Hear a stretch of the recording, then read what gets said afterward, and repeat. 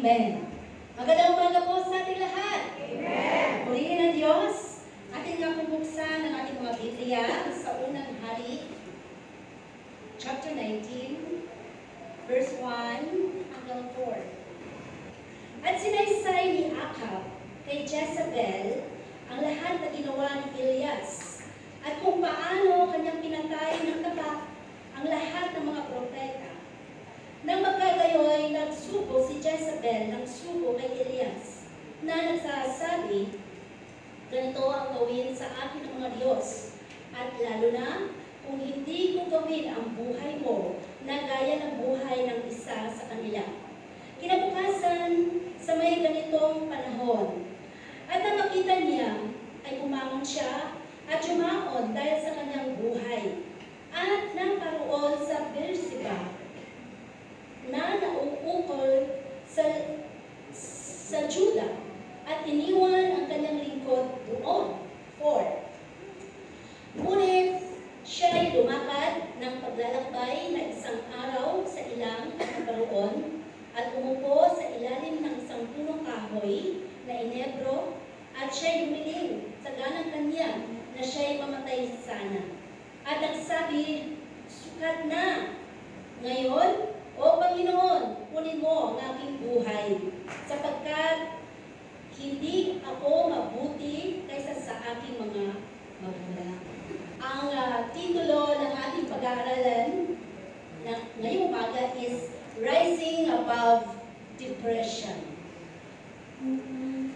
Ayon dito sa ating binasa patungkol sa buhay ni Elias. Alam natin na kung paano si Elias bilang propeta ay ginamit ng Panginoon, no? Na kung paano siya sinamahan ng kapangyarihan ng Diyos at kung paano ay nagkaroon din siya ng mga kahinaan sa kanyang buhay sa kabila na ginamit siya ng Panginoon. Ang sabi dito, naranasan mo na ba isang araw na pag-isip mo ay parang wala ka ng gana sa buhay, ayaw mo nang gumising, sa lahat ng ginagawa mo parang ayaw mo nang mapagpatuloy?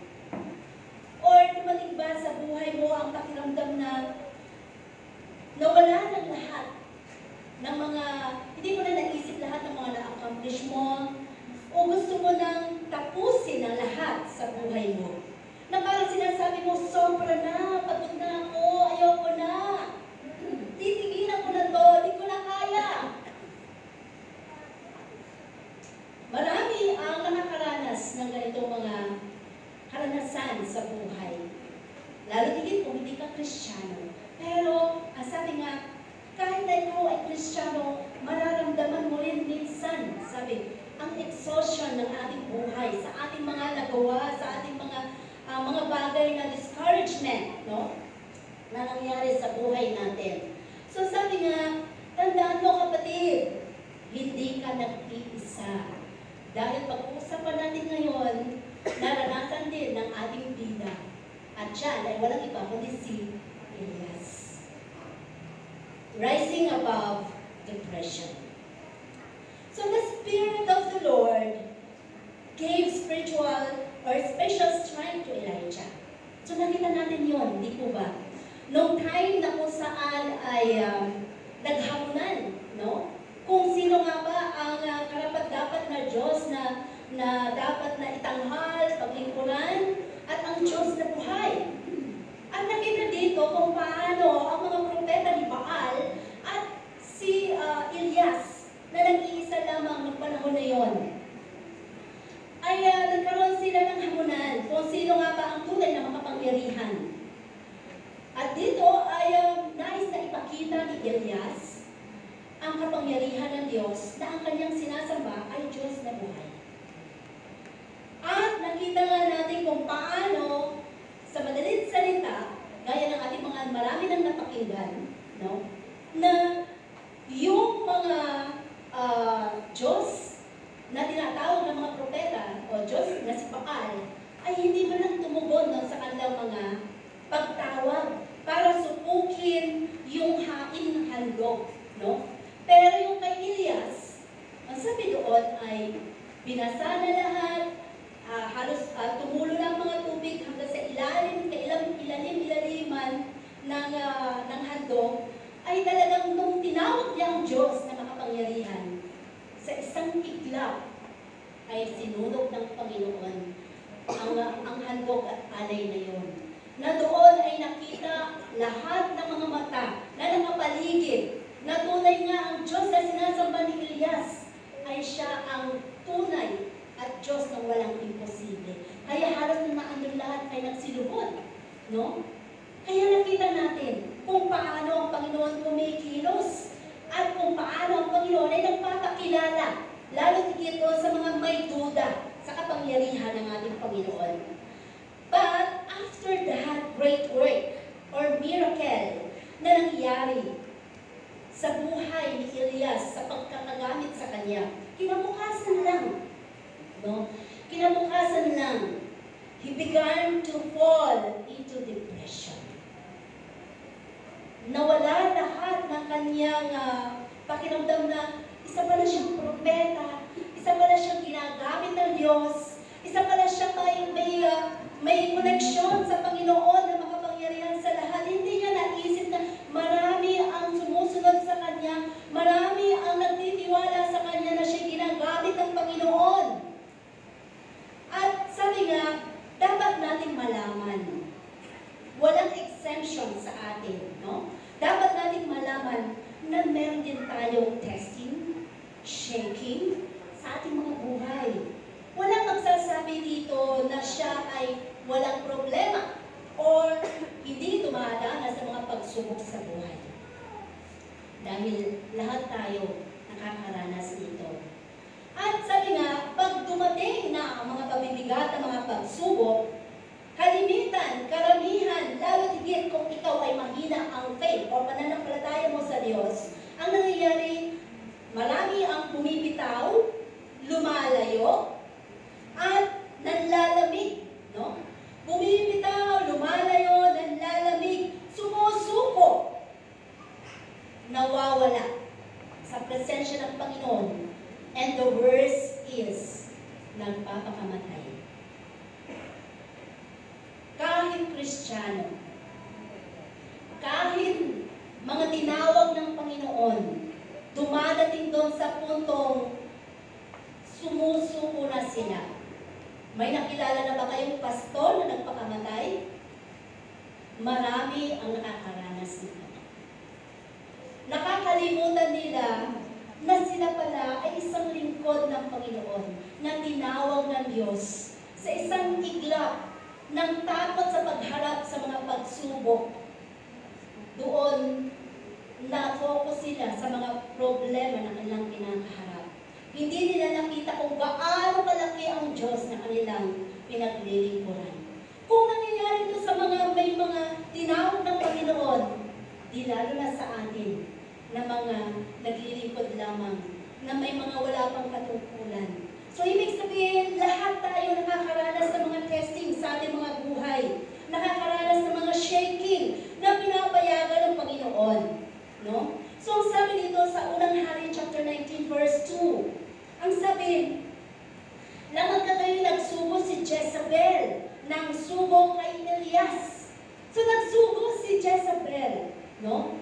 Dahil itong si Hari Ahab ay umuwi at binalita sa kanyang asawa na si Jezebel.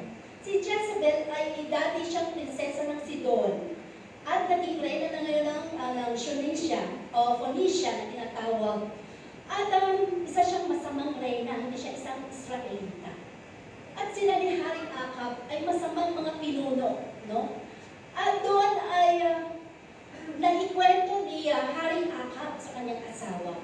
Alam mo ba, itong si Elias, ang sabi, ay nakita ng marami na gumawa ng himala ang Diyos na kanyang sinasamba.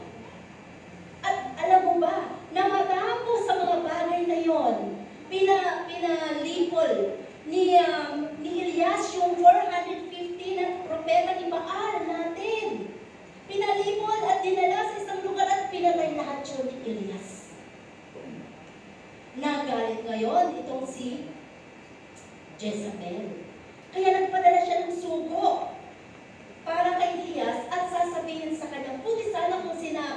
Or pinasasabi lang ni Jezebel na, ano, wala ka nang makain. Ano, naghihirap ka ngayon. O ano, nasa ba yung Diyos mo?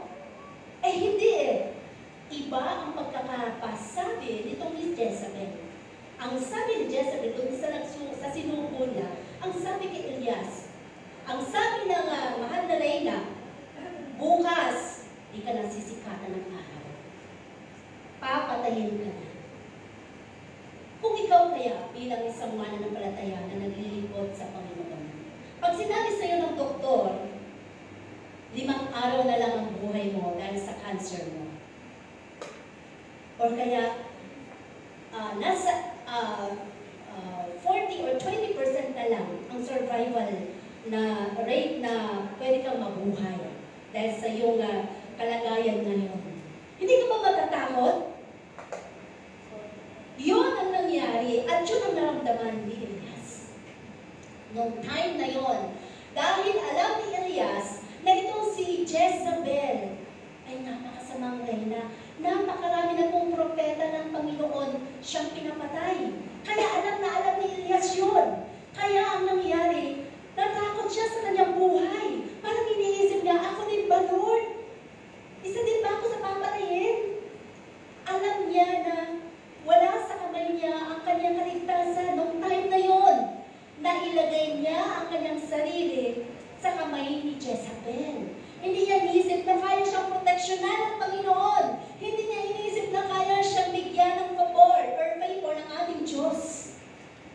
Na-focus siya doon sa pagkakatawag o pagkakabalita sa kanya ni Jezebel. Sa buhay natin, napakaraming mga hamon. Di ba? Yung sinasabi lang, may malaking babayaran na hindi mo alam, yung sahod mo ay kulang pa doon sa pagbabayad mo. Lord, paano pa ito? Hindi ko alam. Paano ko ito malulusutan? Mayroon kang kakaharaping kaso. Takot na tayo, hindi ba? Ayoko makulong, Lord. Mga bagay na kinakaharap natin minsan na hindi natin alam kung paano natin malalagpasan sa buhay natin. Minsan, kapag tayo nagpapayo, parang napakasimple lang. Pero kapag ikaw na nasa sitwasyon, napakahirap po. Di ba? Minsan na sinasabi, umaatil lang yan, madali-dali lang yun. Pero pag ikaw na nandun, hindi mo nararamdaman ang nararamdaman ng tao. Iba-iba ang level ng ating mga pananampalataya. Iba-iba ang lakas ng ating mga paniniwala. Kaya hindi natin pwede sabihin, ba't nagpakamatay yun? Eh, yun lang naman ang kanyang problema. Utang lang? Madali lang yun. Kasi sinasabi mo lang yun dahil hindi ikaw ang nasa sitwasyon. Kagaya ng nangyari kay Elias. Parang pwede natin sabihin, yun lang, eh di ba? Ano siya? Di ba ang propeta siya? Bakit natakot siya? Sinabi lang naman ni Jezebel na papatayin siya bukas eh. Hindi na siya lulubugan ng araw bukas. Natakot na agad. Pwede naman siyang tumakbo, pwede naman siyang magtago, hindi ba? Parang ganun minsan. Bakit nangyari yan sa pastor? Ay di ba malakas yun? Pastor yun, tinawag yun, naglilingkod yun, di ba? Ay bakit ngayon nanghihina na? Ay bakit ngayon gusto nang sumuko? Kasi hindi tayo ang nasa sitwasyon. Hindi lahat lagi everyday malakas ka. Di ba? Hindi lagi araw-araw malakas tayo. Kahit kahapon nakagawa ng himala ang Diyos sa buhay mo, bukas pwede mong makalimutan. Dahil sa panibagong mga sitwasyon na iyong pinakaharap. So kailangan, ang sabi nga, ang hamon lagi sa atin ng Panginoon, manatiling consistent or may consistency ang ating relasyon sa Panginoon. Pagtawag, panalangin, pagbabasa ng Biblia, salita ng Diyos, para hindi tayo manghina. No?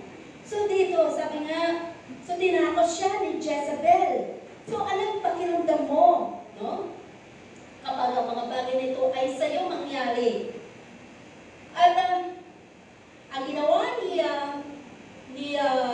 Elias o ni Elijah, siya ay tumakbo, di ba? Siya ay umalis, no? And looking for his life. Hinanap niya ang buhay niya dahil syempre, lahat naman tayo mahal natin ang buhay natin. Sino bang hindi nagmamahal sa buhay niya? Kung hindi natin mahal ang buhay natin, hindi tayo minum ng gamot, hindi tayo nag-exercise, hindi tayo nagpapahalaga sa ating kalusugan. Diba? Ibig sabihin,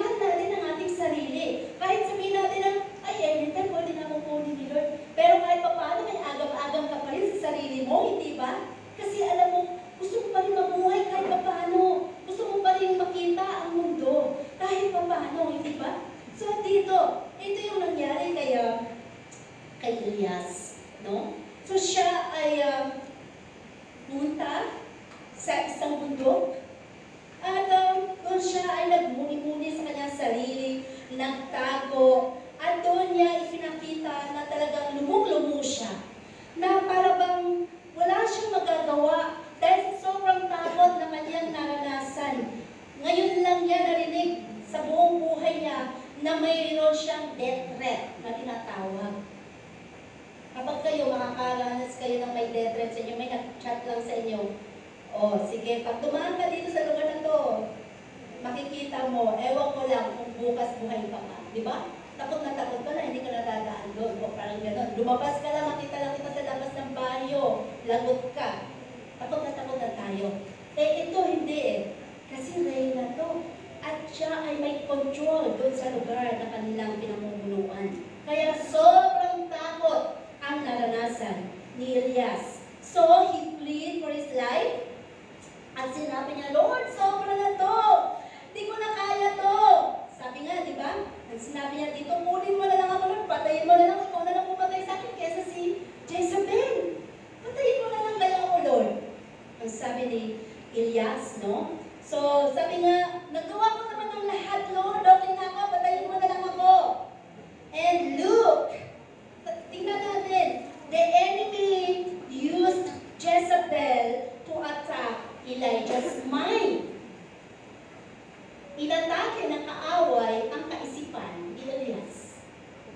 Ang sabi nga, ang battleground natin, ang ating kaisipan. Diyan lagi nagpipingkiya ng ating ang mga taba. Kung pupunta ba ako, sasamba ba ako? Huwag muna, parang may masakit sa katawan ko, masakit yata ulo ko. Di ba? Mga ganon. May battlefield, no? Ang ating mind. At dyan tayo minsan natatalo. Kapag mas malakas ang flesh kesa ang spirit sa ating buhay. At doon, sa pakiramdam, kapag sa pakiramdam ka, nagbase ng iyong buhay, talo ka doon bilang isang Kristiyano. Kasi sabi nga, ang mga Kristiyano dapat ay lumalakad sa pananampalataya, hindi by emotion o sa ating mga napapakaramdaman. And sabi nga, you may be physically strong. Dito sa atin, sa kalagitnaan natin dito, pwede natin makita or nakikita natin ang ating mga kapwa. Nakangiti, ayos ang kanyang kilos, okay lang siya, no? Pero sa kailalim-ilaliman ng kanyang puso, meron pala siyang kinakaharap na napakabigat na problema sa buhay niya, na ikaw lang at ang Diyos ang nakakaalam, na hindi mo alam kung paano mo ito matatakasan, na hindi mo alam kung paano mo ito ma-overcome, na hindi mo alam kung paano ikaw ay maging malakas dahil para kang kandila na nauupos. No? Lalo't higit kung tayo ay laging umaasa sa kapwa, sa tao. Pero sabi ng Panginoon, kung ikaw ay umaasa sa Diyos, hindi ka mawawala sa presensya ng ating Panginoon. Hindi ka manghihina. No? So sabi dito, you may be physically strong, pero sa isip at utak, dito umaatake ang kaaway. So, para iparalisa o iparalyze ang ating mga kaisipan. At para tayo ay malayo, para tayo ay tumigil, para tayo ay huminto, at para tayo ay mawala sa Panginoon. Na ayaw ng Panginoon sa atin, mangyayari ang itong bagay.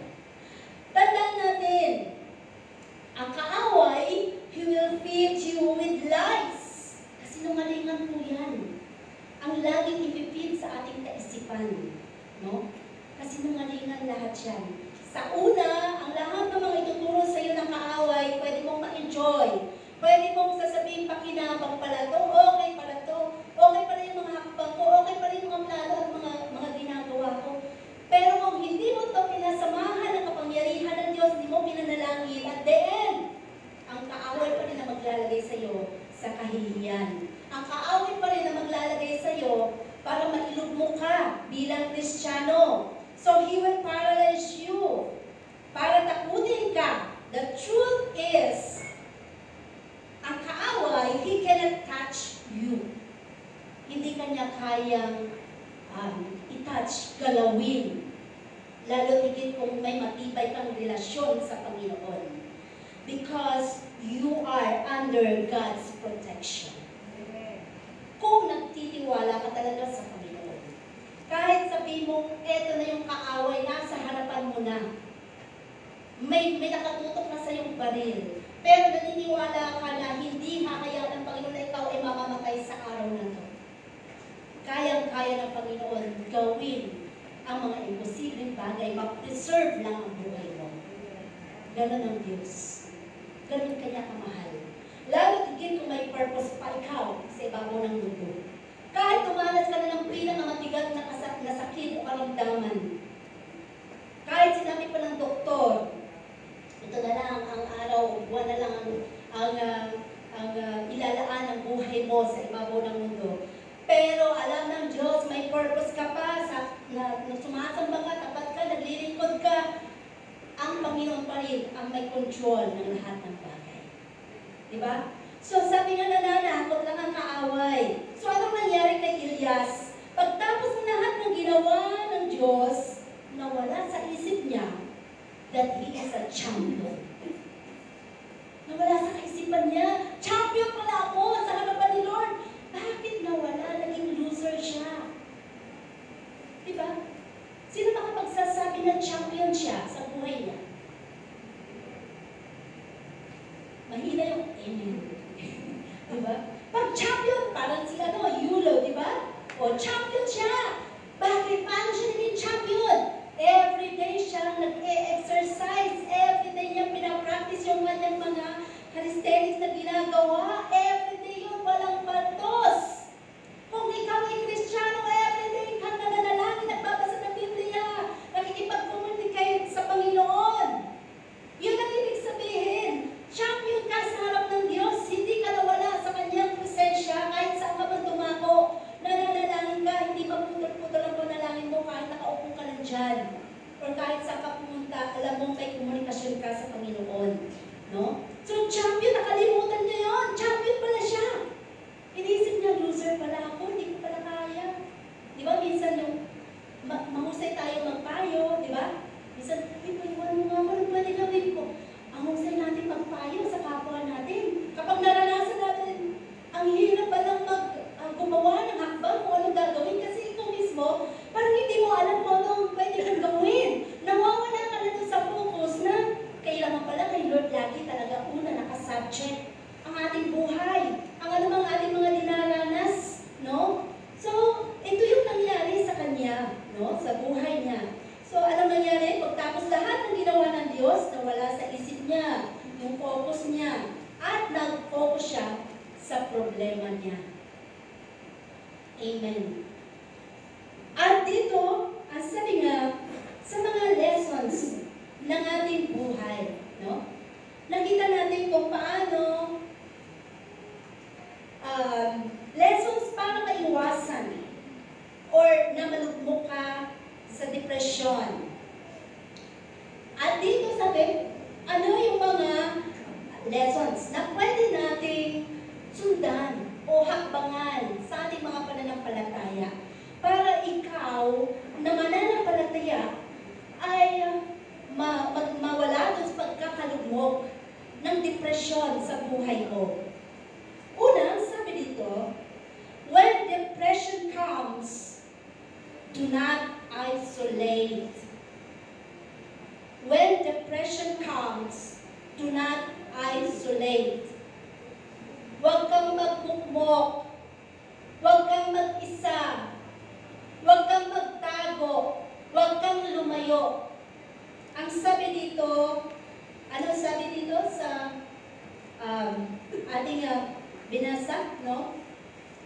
Na nangyari kay Elias, na siya ay umalis at tumakas. Pumunta sa ilalim ng isang puno at doon siya natulog. Parang hinang-hina siya. At nakita niyang sarili niya na wala siyang lakas. Wala na siyang maisip na positibo sa kanyang buhay. Dahil lahat ng kanyang kaisipan ay ang iniisip niya, baka mamatay na siya bukas. So sabi, si Elias, yung sabi, nakalimutan niya na isa pala siyang propeta, na isa pala siyang may authority na binigay ng Diyos sa kanyang buhay.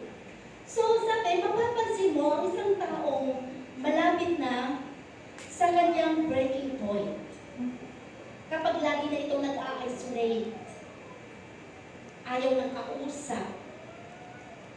Gusto niyang malayo siya kahit kanino, mahal man niya sa buhay. Sabi doon sa isang aklat, ang sabi doon, sa mga hayop, ang sabi, malalaman mo ang isang pusa or aso kung malapit na mamatay. Lumalayo siya. Hindi na siya lagi doon sa nakikita mong lugar. Lagi na siya sa isang sulok. So, ganun din tayo. Sa buhay spiritual natin, parang ayaw nating get in touch, no? Sa kapwa natin. Kasi nagkakaroon na tayo ng self-pity sa ating mga sarili. So, that is a spiritual hardships and problems, isolation. At hindi ito ang solusyon. Kapag ikaw ay nasa depression, hindi solusyon na ikaw ay magsara ng kwarto.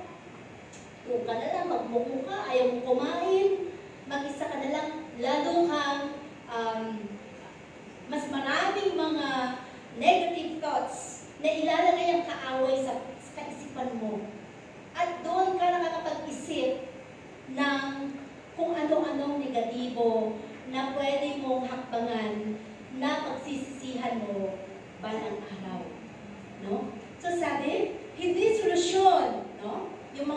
Kung may mga spiritual hardships tayo, may dapat kang hanapin. Walang iba kundi ang presensya ng ating Panginoon. So, just change your perspective to get help. Mag-iba ka ng kaisipan. Hanapin mo saan ka ba pwedeng ma-involve para ma-focus ka more on sa gawain ng Panginoon. Para mawala yung bigat ng iyong nararamdaman, no? Mawala ang anumang mga nakikita mo sa kapaligiran kasi masyado ng sensitibo ang ganitong tao, no? Masyado ng sensitibo. So may mga nilalagay ang Diyos na pwede makatulong sa iyo. Pwede na dyan yung kung ikaw ay anak, magulang mo, pastor, mentor, no? Or sino pa man na alam mo na mas malakas, mas mataas ang level ng faith. Pwede kang lumapit at maghingi ng payo at matutulungan ka nila sa mga panalangin. So, kaya nga dito sinabi ni Elijah, nung time na yon, nung siya ay pumunta sa bundok at na upo doon sa ilalim ng isang puno, sabi niya, ako na muna. Gusto ko na mag-isa. Huwag niyo muna akong kausapin, kaya ko na to. No? Gusto kong mabigyan ng oras ang sarili ko. Di ba kung naman tayo, kapag may problema, huwag niyo akong kausapin. Lumayo kayo. Ako lang muna, kaya ko to. Pero actually, hindi mo kaya. Di ba? Hayaan niyo na muna ako. Yan ang mga binibitawan natin salita. At huwag niyo akong kakausapin. Kasi pag kinausap ko kayo, baka po ano ang masabi ko sa inyo. Ganun lagi, di ba? Yan lagi ang mga binibitawan natin mga salita. Kapag puno-puno tayo ng problema, di ba, nag-away si tatay at si nanay. Ito ngayon yung anak, kumakalapit kay nanay, paging pera.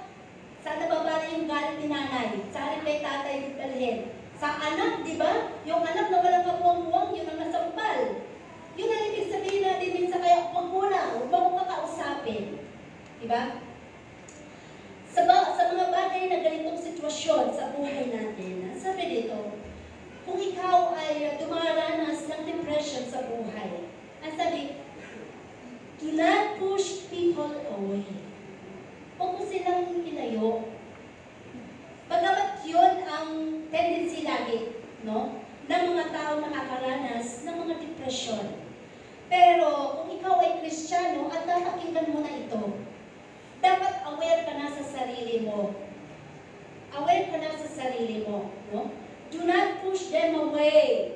Magpatulong ka para ka makarecover. Kasi matutulungan ka nila. Ang gustong-gusto kasi ng kaaway, na-isolate tayo. Lumalayo tayo sa ating mga mahal sa buhay. Yung napofocus tayo sa ating mga sarili. Yung nagkakaroon tayo ng mga self-pity sa ating mga sarili. No? So, dyan papasok ang mga confusion, Di mo na alam kung ano nang gagawin mo. Kukuha ka pa ng Clorox o ng formalin o ano bang iinumin mo, shampoo or sabon o ano pa. Di mo na alam. Basta alam mo na gusto mo na mamatay. Kukuha ka ng isang lumit o ano pa man.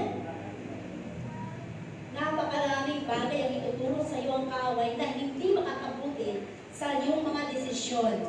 So sabi dito, huwag kang humanap ng taguan. Humanap ka ng kanlungan. Walang iba kundi ang Panginoon. Siya lang ang magiging kanlungan mo sa oras ng mga mabibigat na mga pagsubok sa buhay mo. Huwag kang lalayo sa Panginoon. Lalo kang lumapit sa Kanya. Siya lang ang makapag-heal ng puso mo. Siya lang ang makapagbibigay comfort and peace sa iyo.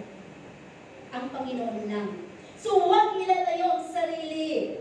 Dahil susunod doon, kapag nilayo mo ang sarili mo, takot na ang mararamdaman mo.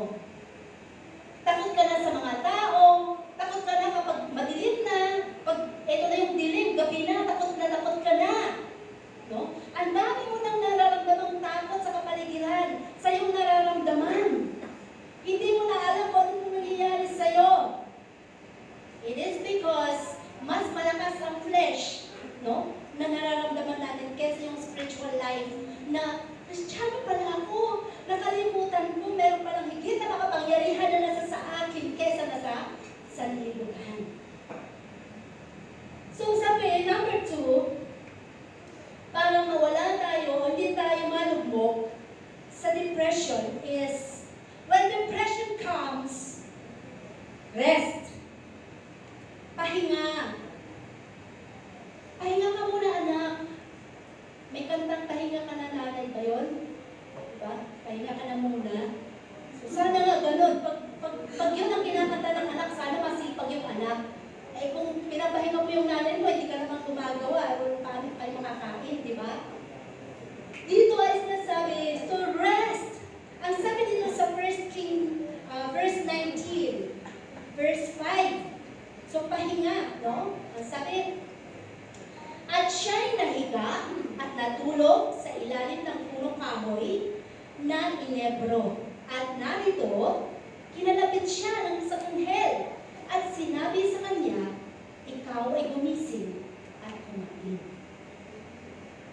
Nakita niyo yung special na treatment pa rin ng Panginoon sa kanya?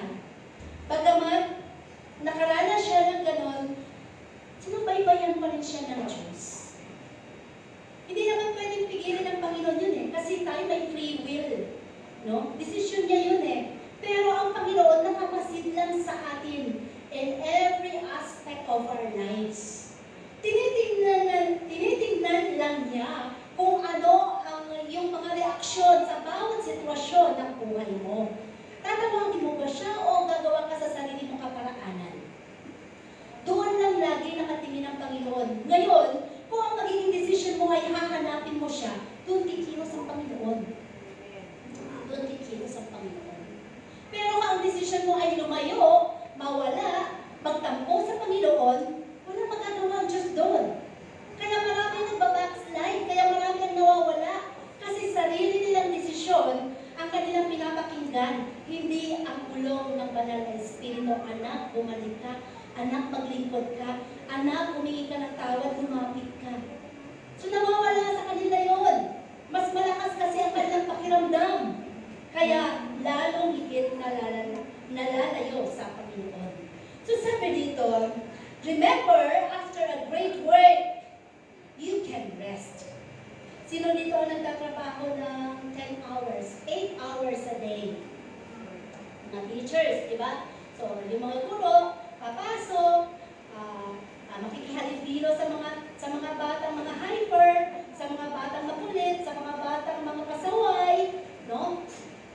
Pag medyo nagkamali ka ba, papatawag ka sa office, pag medyo hindi pa masok ng opisina mo, papatawag ka na sa DepEd, sa region, may kaso ka na pala.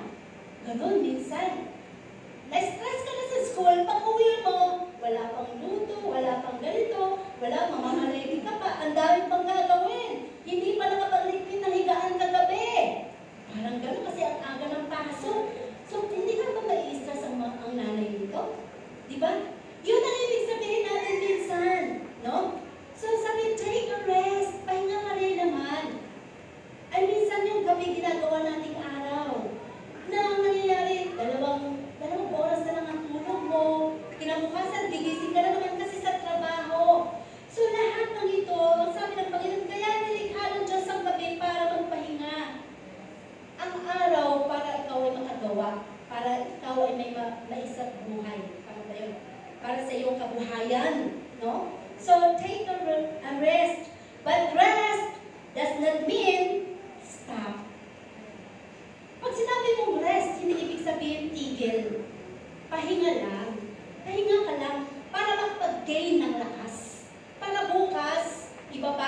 ulit ng Panginoon para maka-accomplish ka na naman ng panibagong mga bagay sa buhay mo. So, just rest. Huwag mong ubusin. Ito na nga, na-stress ka na, napagod ka na, dami mo nang ginawa, alas 10 na. Ay, makapag-tiktok nga muna, hindi na ako nakapag-tiktok, na-stress ako kanina. Hindi mo alam, alas 2 na pala, hindi ka pa nakakatulog. Ay, magigising ka pa ng alas 4. Nauna mo pa yung mga, pag Sabado ka na mag-tiktok or ano pa man. Ang unahin mo lagi is ang kabubuti ng iyong kalusugan. So sabi nito, rest does not mean stop, no? It only means recharging for another great work ahead. Nagre-recharge ka lang. Parang cellphone, di ba? Mag-charge ka nga muna para lang makasulit, may signal na ulit, okay na ulit, ganun din tayo. Nauubusan din tayo ng lakas, nalolobat din ang ating mga enerhiya. So, kailangan natin mag-recharge. No? Kailangan natin magpalakas ulit. Sino dito hindi na natutulog? Sa online game. Parang ganun, di ba? Hindi na natutulog dahil sa baka pag mukhang matatalo pag pinatay ko na to. Parang ganun, no? Abay, tigilan nyo na po yan. Hindi kayo yayaman dyan. Walang yumayaman sa naglalaro ng mga online game na yan. Okay, ang sabi ng mga pogo, kontrolado na nila kung sino ang mananalo. Kaya huwag kayo maniwala dyan. No? So maraming rason para tumigil. Dahil sa mga problema, pagsubok, bagay na pinakaharap natin sa buhay. Pero tandaan natin bilang Kristiyano, marami ding rason para magpatuloy. Diba? Sino nagsasabi, salamat sa Diyos, buhay pa ako ngayon? Oh, diba? Masaya kayo? Ay, pero kung sino nagsasabi lang, okay na ako, kunin mo na ako mamaya. Wala, o diba?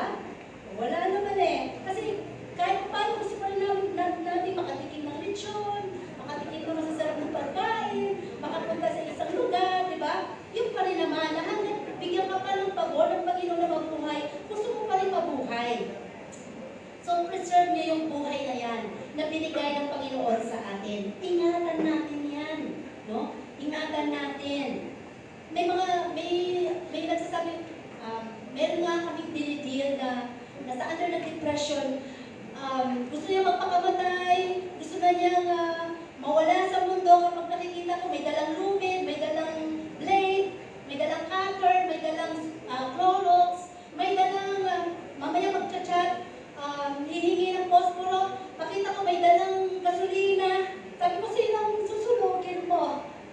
Pero pag nagkakasakit siya, sabi niya, teacher, sabi niya, ang sakit-sakit ng ulo ko. Sabi ko, gusto ko sabihin, kaya ko ba gusto mo lang mamatay? Ba't pag masakit ang ulo mo di lang mo naman alam kung anong gagawin mo. So, ibig sabihin, mananakot lang. Ganun ang kaaway. Nananakot lang sa atin. Diba? So, huwag natin patulan yun. Dahil ahihinain ka ng faith mo. Ahihinain ka ng faith mo. No? Sabi nga, maraming rason para tumigil dahil sa mga problema. Pero, ang lagi natin tandaan bilang Kristiyano, mas marami ang rason para magpatuloy. No? Para magpatuloy. And number three, when depression comes, get up. Abay, tumayo ka. Hindi forever ka nakahiga. Hindi ka forever, 3 taon na, diyan ka pa rin. Nandyan ka pa rin sa depression mo. Abay, ilang taon na yan. Hindi ka pa rin naka-recover. Ibig sabihin, ikaw na may problema. Ayaw mo talagang ma-overcome ang mga bagay nito dahil gusto mong manatili sa ganong sitwasyon. Ayaw mo talagang hanapin ang presensya ng Panginoon para ikaw ay lumakas. No? Kahit na ang dami ng mga tumutulong sa iyo, sarili mo pa rin ang kasusunod. Ayaw mo makinig, no? So sabi, get up. Ang sabi dito sa chapter 19, verse 7. Dito tayo sa verse 7. Ang sabi, at ang anghel ng Panginoon ay nagbalik na ikalawa at kinalapit siya at sinabi, ikaw ay bumangon at kumain sapagkat ang paglalakbay ay totoong malayo sa ganang iyo. Sabi ng anghel, Elias, gumising ka na.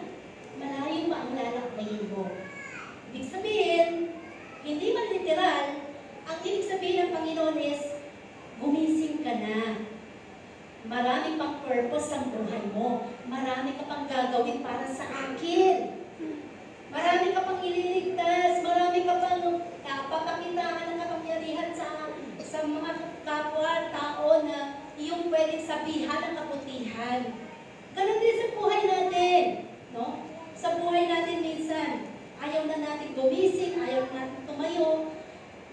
Lalo na yung mga, ano ba yun, yung nag-break, yung mag-boyfriend. Anong tendency minsan, kalimitan, di ba? Yan yung mga iiyak ang sobra, yan yung may mga nagpapakamatay, yan na yung kasi sa kanila umiikot yung mundo mo. Yung mga ganon, di ba? So, nung pre-net ng boyfriend o ng girlfriend, parang iniisip niya, pag wala na yun, wala na rin sa ang buhay ko. Hindi mo alam na si Lord pala ang may hawak ng buhay mo, ha? Baka hindi siya para sa'yo. Baka yung pinaplano mo na akala may magiging magandang buhay mo, hindi pala yun. May mas magandang plano si Lord at mas may ibibigay siya sa'yo na inihahanda ka na mas maganda para maging maayos, mabuti ang buhay mo in the future. Yun ang pinakamahalaga, no? Kailangan nakasubject lagi tayo sa presensya ng ating Panginoon. So, get up! Ang sabi nga, isang doktor na sinasabi, one of the reasons for depression is being unhealthy. Yung hindi mo na, naranasan nyo na yun, yung halimbawa, na-depress ka, or kaya, ano ba yung tinatawag doon? Halimbawa, nagkalayo yung mag-boyfriend? Ha? LDR, hindi yun? Break up? Nagkaroon ka ng, yung mga broken hearted dyan. Hindi ko alam. Tsaka, basta nag-break up kayo, di ba? Brinay ka, mahal na mahal mo na siya. Ay, sasabihin nga, yung mga bagay parang, kasi doon sa, minsan doon sa palabas sa Channel 2, di ba? Yung mga nag-break up, extension stories ba yun? Minsan nasisilip ako. May mga bagay ba, ano ginawa mo nung nag-break kayo? Nag-isolate siya, ayaw niyong kumain, hindi po ako naligo isang buwan. Ayaw ko maligo, ayaw ko kumain. Ayaw ko po nag-gano'n. Talagang inisip ko talaga na wala na akong lakas. Na siya na lang talaga ang buhay ko. Pero nandun na siya, naka-recover siya. Sino dito yung gano'n? Hindi na siya naligo dahil sa sobrang pagdaramdam niya sa kanyang broken-hearted. No? Naging na broken heart siya. Sobrang naman yun, masyado naman nakafocus na doon, di ba? So, ito yung bagay na sinasabi sa atin ng Panginoon, ayaw mo na kumain. Kapag nagtatampo tayo sa magulang natin, ayaw natin kumain. Tinatawag ko na, ayaw pa kumain. Pagtulog ka na naman, siya naman ang lalabas para kumain, mga ganon. Di ba? Mga bagay na yung sitwasyon sa buhay natin, no? Dapat alam natin kung paano natin ilalagay ang ating sarili sa tama at wasto bilang mga Kristiyano. So, sabi nga, isa sa mga naglilid sa depression, ito yung mga nagkakaroon tayo ng unhealthiness sa ating mga sarili. Ayaw mo na magkakain, no? At tapos, ayaw mo nang maging malinis. Sabi nga nung babae na ito, ang baho-baho mo talaga noon. Tulog talaga mga kaibigan ko. Ayaw ko lumapit sila sa akin dahil talagang lupong ako. Nakahila na naman ako sa kama ko. Talagang hindi ako naglilinis ng kwarto. Ganon ka depress yung tao dito. No? So sabi nga, nahirapan ka bang lumangon? Ngayong araw ng linggo? Kasi linggo lang naman. Linggo lang naman hindi naman Lunes, wala namang sahod. Linggo lang naman, okay lang naman ma-late. Linggo lang naman. Wala namang principal dun wala namang boss dun Okay lang, parang ganon. No? So, nahirapan ka ba sa buhay mo? No? Para bumangon. Kanino ka pa bumabangon? Sabi doon sa isang katalastas, di ba? Kanino ka bumabangon? Bumabangon ka para sa pamilya mo. Magluluto ako. Gusto ko masarap ang kinakain nila. Bumabangon ako dahil inspired ako. Dahil yung mga anak ko, gusto ko nakikita ko sila malulusog. Yung inspired ka ba? Bumabangon ka dahil may nagpapabangon sa'yo. Bumabangon ako dahil sa Panginoon. Parang gano'n din ang pinakamaganda. Bumabangon ako dahil nagpapasalamat ako may panibagong buhay na nanganak ngayong araw na ito. Yun ang ibig sabihin. Bumabangon ako dahil may mga bagong oportunidad ulit ang Panginoon sa buhay ko. May mga ganang plano ulit na ibibigay ang Diyos sa buhay ko. So sabi nga, depende kung kanino ka bumabangon at kung sino ang nagpapagising sa'yo. No? Depende yun. Pero kung inspired ka sa Panginoon, yun ang napakahalaga, no? Yun ang napakahalaga. At hindi kasi importante, ay okay lang matulog, wala naman eh. Wala namang pasok, okay lang matulog. Pero pag, di ba, nakaset na yung mind mo, sino dito ang automatic siya gumigising ng halimbawa, 4 o'clock, 4:30, kahit na alas 3 na siya nagising, automatic nagigising siya. Meron bang ganon? Yun ang mga masisipag. Automatic nagigising agad kahit na wala yung alarm. Na pag gusto mo ay pwede mo ka-extend, pero yung isip mo, gising na talaga, gumising ka na lang. Yun ang mga masisipag, no? At sabi dito, sa buhay natin, mahalaga ba sa'yo ang pagbangon araw-araw? Yes, dahil yan ay panibagong pagpapala na inilaan ng Diyos sa'yo. No? Panibagong laan. Ang sabi dito, tanungin mo nga ang katabi mo. Late ka ba kanina? Sorry ha.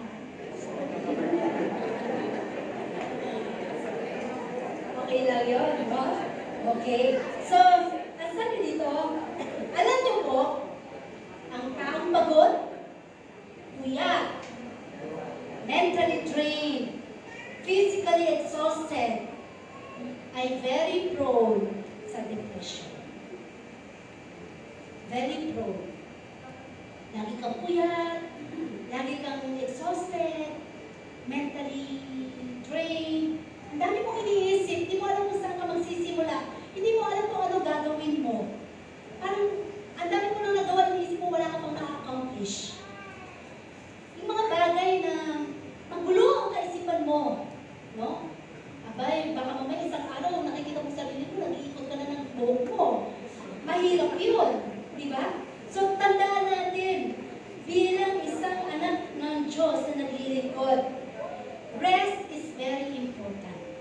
No? Pahinga ka din. Pahinga ka din. Dahil kailangan ng ating lupang katawan yan. Kahit ang makina, kapag hindi mo pinagpahinga, masisira yan. Ganon din ang ating mga buhay, ang ating mga pisikal na pangangatawan. Huwag, kung sobra kang masipag, pahinga ka pa din. No? Huwag puro trabaho ng trabaho ng trabaho ng trabaho. Isang araw, iiwan mo rin lahat yan. Kasi iniisip mo, naku, lumalaki na yung mga anak ko, kailangan makapag-ipon kami. Kailangan mga, pag natapos na sila ng high school, dapat may milyon na kami sa bangko. Ay paano kung hindi ka nang maabot ng taon na yun? Baka sa isang taong patay ka na. O paano pa? Wala na. So, kaya nga sinasabi ng Panginoon, do not worry for tomorrow will worry about itself. Diba? You live one day at a time. Alam ng Diyos yun. Sa bawat araw may bago siyang mga pagpapala na ilalang sa atin. So, sabi dito, the solution of God to the depression of Elijah, ano ang naging solusyon ng Panginoon? Mahal niya si Elijah eh. Mahal niya si Elias.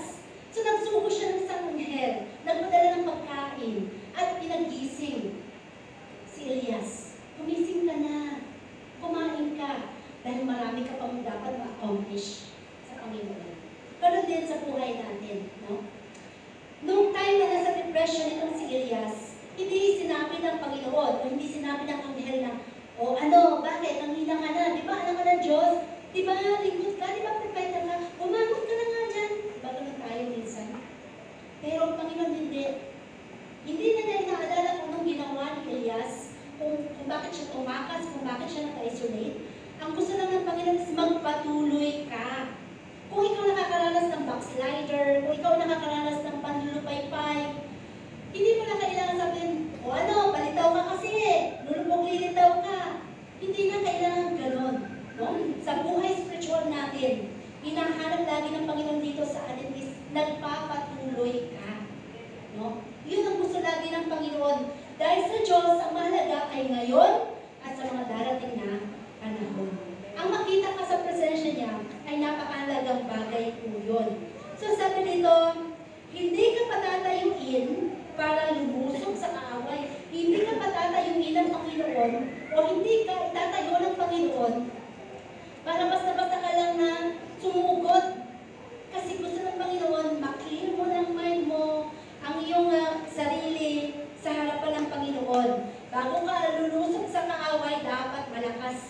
yung spiritual, no?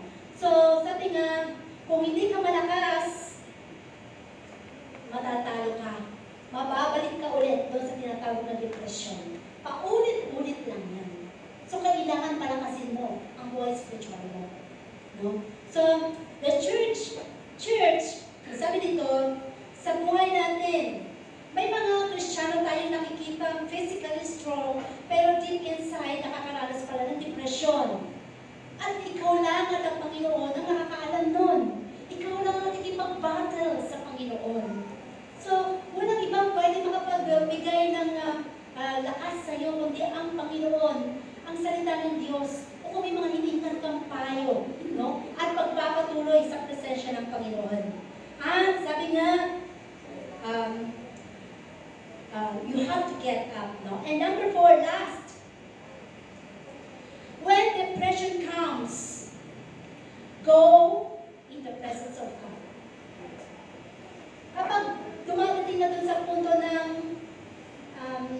breaking point ng buhay mo, bilang Kristiyano, alalahanin mo pa rin ang Panginoon na minsan kanyang niligtas, na minsan mo siyang nakilala, na minsan naranasan mo ang kabutihan ng Diyos sa buhay mo, no? Na minsan kanyang pinagaling sa iyong mga karamdaman, na minsan siyang gumawa ng himala sa buhay mo, na minsan niyang binigay ang mga pabor sa buhay mo, na hindi mo hiningi pero natanggap mo, na minsan din nakita mo kung paano ang Panginoon ay kumilos sa pamilya mo, na minsan din nakita mo kung paano ka binago ng Diyos, na dati ka nasa basura pero ngayon iniligtas ka at inangat ka, inalis ka ng Panginoon sa kadiliman.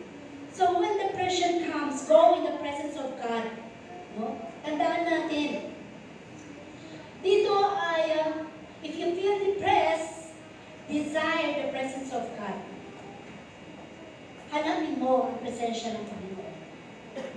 Walang iba, kahit anong payo, minsan, kapag sarado ang kaisipan mo, hindi tumatagos eh. Yun, yung dinidil namin. Kahit sabihin mo pa ulit-ulit, every night, sabi mo, bibigyan mo siya ng mga basahin, pray ka, ganito ka, kahit ayuan mo, pag pumunta dito, hindi niya na-absorb. Kasi mas pinapakinggan niya pa rin yung kanyang nararamdaman. Kung sino siya, kung ano siya, yung pinaglalaban niya, yung kanyang mga madidilim na karanasan sa buhay. Yung pa rin ang kanyang iniisip, doon pa rin siya nakafocus, kaya hindi siya makalaya. No? Kaya hindi siya makalaya. Pero sabi nga, doon sa time at sa point na yon, hindi alam ni Elijah na hindi lang pala siya nag-iisa. Minsan, pag dumadating tayo sa point na ang daming problema, pagsubok, parang iniisip ko, pasal mo ang daigdig, yun ba? Ang ulan pa naman karalas ito, Lord, hanggang sa isumpa mo ng Panginoon. No? Dumadating ko lang sa point, ang dami ko ng question sa Panginoon. Lord, bakit ganito nangyari sa buhay ko? Bakit ganito? Bakit naghihirap kami? Bakit ganyan ang mga tao sa kapaligiran? Parang lahat kalaban. Parang wala akong nakikita ng kampe. Parang ganun. Pero natanong mo na ba ang Panginoon? Lord, ano ba ang tinuturo mo sa nararanasan ko ngayon? Bilang Kristiyano. Natanong mo na ba ang Panginoon? Lord, ano ba ang gusto mong mangyari na dapat mong gawin para makarecover ako? Dapat ganun ang mga tanong bilang isang Kristiyano. Hindi doon sa pag-isisisi mo sa Diyos, ikaw gumawa ng lahat ng nangyari sa buhay mo ngayon, nag-asawa ka ng ganyan, o nag-decision ka ng ganito, ikaw lahat yun, walang involved ang Panginoon doon, ikaw nag-decision nun. Kasi kung kasama ang Panginoon, hindi ka idadalhin sa ganong sitwasyon. Kung humingi ka ng karunungan sa Diyos, ililid ka sa tama. No? So huwag kang matakot sa buhay. Alam mo, ang pinakamatibay na sandigan sa buhay, hindi yung trabaho, hindi yung pera na pwede mong ipagmalaki. Hindi negosyo. Kahit kalusugan natin, wala tayong pwedeng ipagmamalaki. Anytime, pwede tayong magkasakit. Kahit maganda yung lahat, sumusunod ka sa mga, ay, ito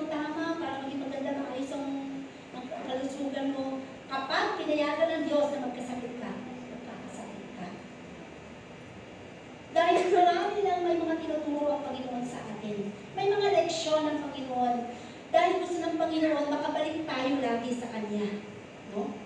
So, hindi yun sandigan ng buhay natin. Hindi trabaho, negosyo, hindi yung trabaho o pera man, o kalusugan man, o kaibigan mo. Hindi lahat yan.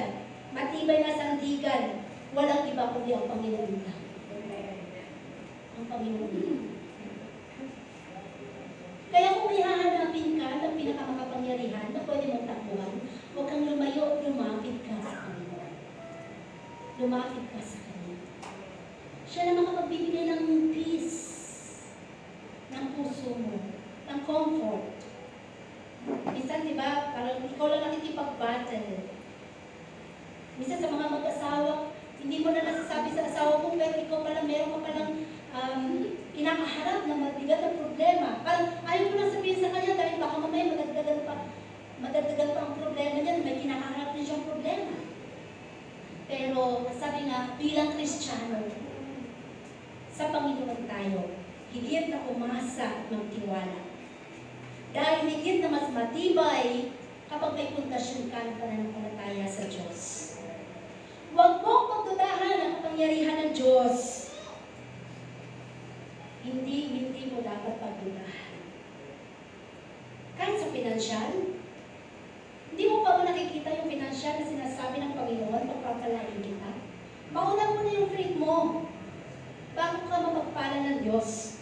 Mauna mo na yung katapatan mo sa Diyos bago ibabalik ng Panginoon yung sinasabi niyang blessing sa buhay mo na ibubuhos sa iyo.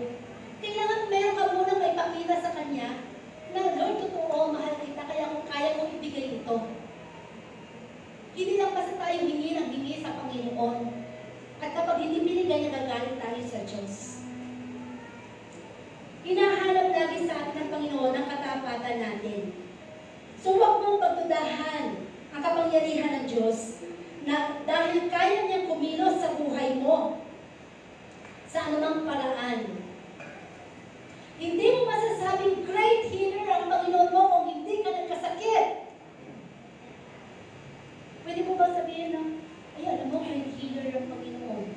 Pero hindi mo naman naranasan. Kasi hindi mo naman naranasan nagkasakit ng ganong kabigat. Pero bakit kaya tayo minsan nakakaranas ng mga bibigat ng mga karamdaman?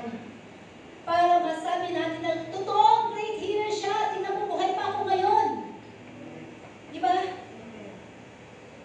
Na dati wala akong buhok, ngayon pinatubo na ni Lord. Yun ang ibig sabihin, talagang totoo ang Diyos. Makapangyarihan siya. Kaya nang gawin ang mga imposibleng bagay dahil naranasan mo. Magiging buhay na patotoo sa iyo yun. No? Ang sabi, hindi mo